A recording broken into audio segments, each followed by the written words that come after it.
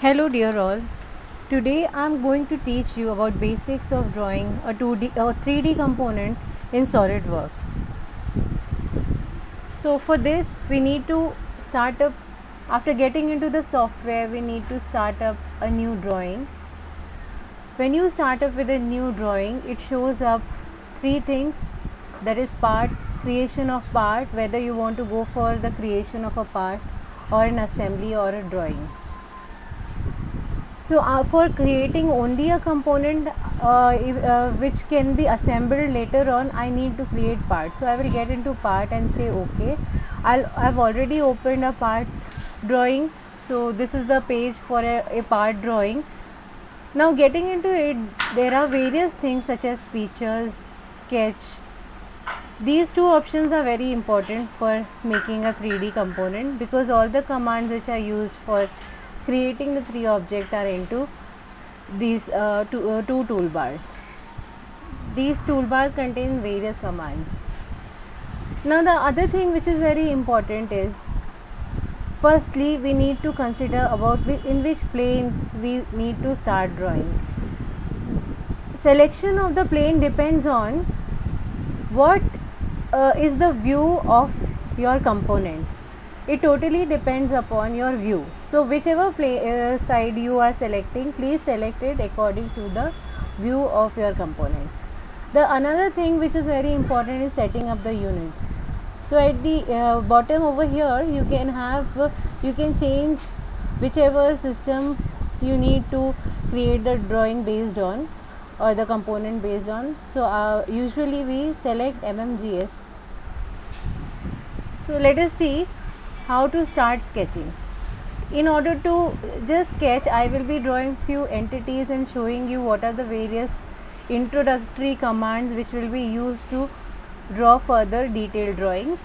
Some of the basic commands are, first you need to click on sketch, and then these three planes will get highlighted. So one of it you have to select. As soon as you select, it will show you an origin. This origin is from where, with respect to which all your components are drawn. For constraining we need origin. So this origin is very important. Let us see how to draw a line. So if we have drawn a line anywhere in the space over here, so use escape command to end the line command. We can give this some dimension.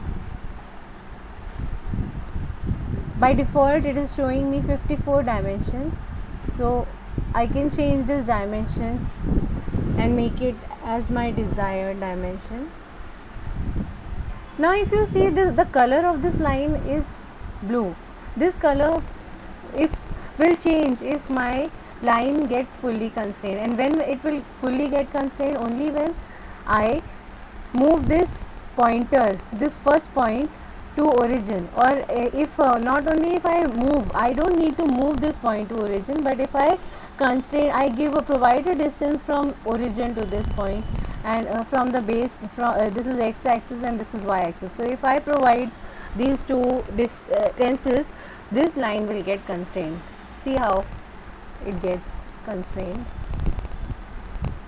So if I am providing some value over here, so you can see this line has got constrained. The moment I gave it this value, this line has got constrained, it has turned black, so that means it is constrained. Now let us have another entity. There is another entity called as rectangle. There are various ways of drawing a rectangle by considering different location of points. I am considering the first one. So we can, in space, we can just select one line. This tutorial is going to be about assembly analysis on.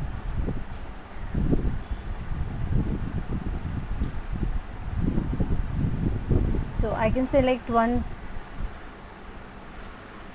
point over here and just select another point at the next corner and just say OK. Now in order to constrain it, I need to give it horizontal and vertical dimensions, as well as dimension with respect to origin. So then it will get fully constrained.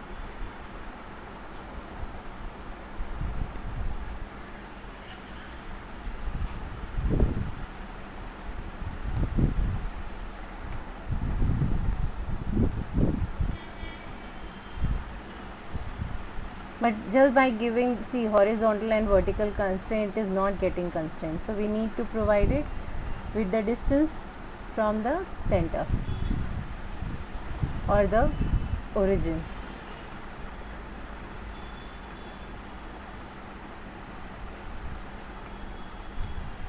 See, now it has got constraint totally. Similarly, we have another option, another entity, slot. For drawing the slot, we need to provide certain values at this left panel. Whatever slot size you want. For us, for drawing the slot, it is very important to have this dimension, this center to center, and another is the diameter. So these two things we can provide over here. You can just say 50 and say 25. So this is how our slot gets transformed. So okay, so this is how a slot can be made. Another is circle command. You can have a circle, you can provide a dimension to it.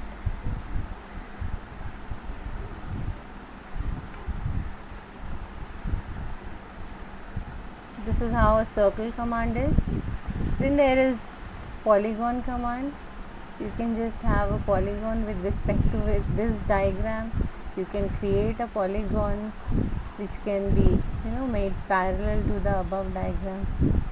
So like this you can have a polygon.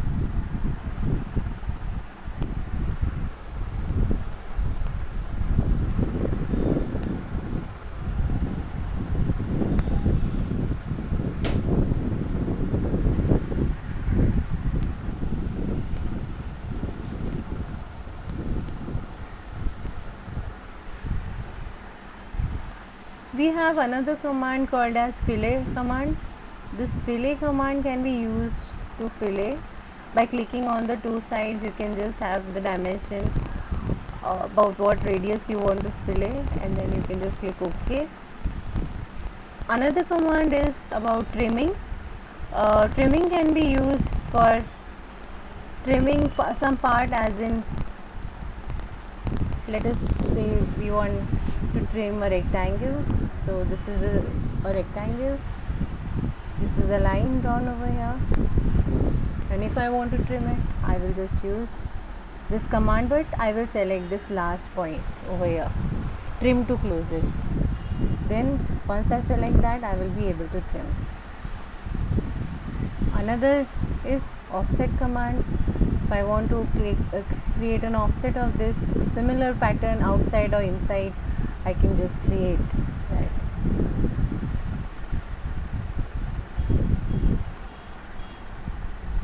So this is how a pattern of a similar type is created. Another command is mirror entities, in which you can mirror an object about a line. For this you need a axial line. Let us say that we draw a line which will be utilized for mirroring about. So let us say mirror entities can be the circle, and mirror about could be this. Mirror about line could be this. So you can see the circle has appeared over here. So this is mirror about. Then we can create a linear pattern, as in like this. We can have a circular object inserted here. We can just have this circle over here, and we can create multi patterns of this circle, horizontally as well as vertically. So let us select the linear pattern, and let us select this object. So give a distance higher, then so that it is not getting merged, and you may provide 4 or 5 as the number of cuts. Then you can have it in the y direction as well, and you can provide more than 1. So it is going on the upper side, so let us just put, just reverse the direction and give little more dimension, little higher dimension on this side as well. So this is how you can create a pattern of a drawing. Similarly, now you can use move entities or copy entities, rotate, scale, stretch. These entities can be used. Other than this, now after showing you what are the different entities, now let us move to features command. In feature toolbars, where it is showing features, how it is useful is for extruding objects. Like for example, I want to extrude this particular object. Suppose either I want to extrude, I will be selecting this whole diagram for extruding. So if I want to extrude this part, whole thing, so I will just select the surface of it, and I may say it to be 70. So I've extruded this. I can also reverse direction of this by using this reverse command. There is blind. If I want to use the mid plane of it, if I use up to a surface, then up to a body, then I can choose required selection. I'm choosing blind over here. Say OK. Then if I want to create a cut within this, for that I will need to sketch again. Sketch as in, now you can see for this we created this particular sketch. In order to create a sketch over here, in order to create a hole inside this, we need to sketch on this particular surface, and we need to create an extrude cut over here. So for that, again you need to sketch again and select this surface. You need to select the surface. You can't select the same. I don't want to select the same plane. So I will just come over here, exit, say exit, come over here and select this surface in order to create another sketch, and go normal to and get it in the orthographic projection. And now I will just go and select some dimension for drawing a hole over here. I can just randomly or just give some dimension to this, say 15, and then I will go into features, say extrude cut. Once I say extrude cut, I can just pull up this so that it goes. Otherwise, if it is on the surface, it will get give you a cut till a certain height, but if you pull it outside, it will give you a through cut. So this is how a through cut is obtained, like this. Then we have the fillet command. If I want to fillet this surface, so I can just whatever dimension I want to use, I can just use to fillet it. I can also use fillet command in sketching. There is also in sketching also there is fillet command. Let us take you to the first step, and let us see in edit mode how this sketch can be edited. Let's see. If I want to apply fillet in the sketch mode, I can use this command, and I can just select these two edges and apply, give a value to it, and say OK. So automatically my feature will get, and if I say exit sketch, my feature will get changed. If in case I want to say extrude, so I want to extrude this particular diagram. So if I want to extrude, so you can see, since I applied fillet in the sketch mode, and when I featured it, so automatically it got applied to the feature. So either I can apply fillet on the features mode, or I can give a fillet in the sketch mode as well. In both the cases, it's alright. So this is how we can use fillet.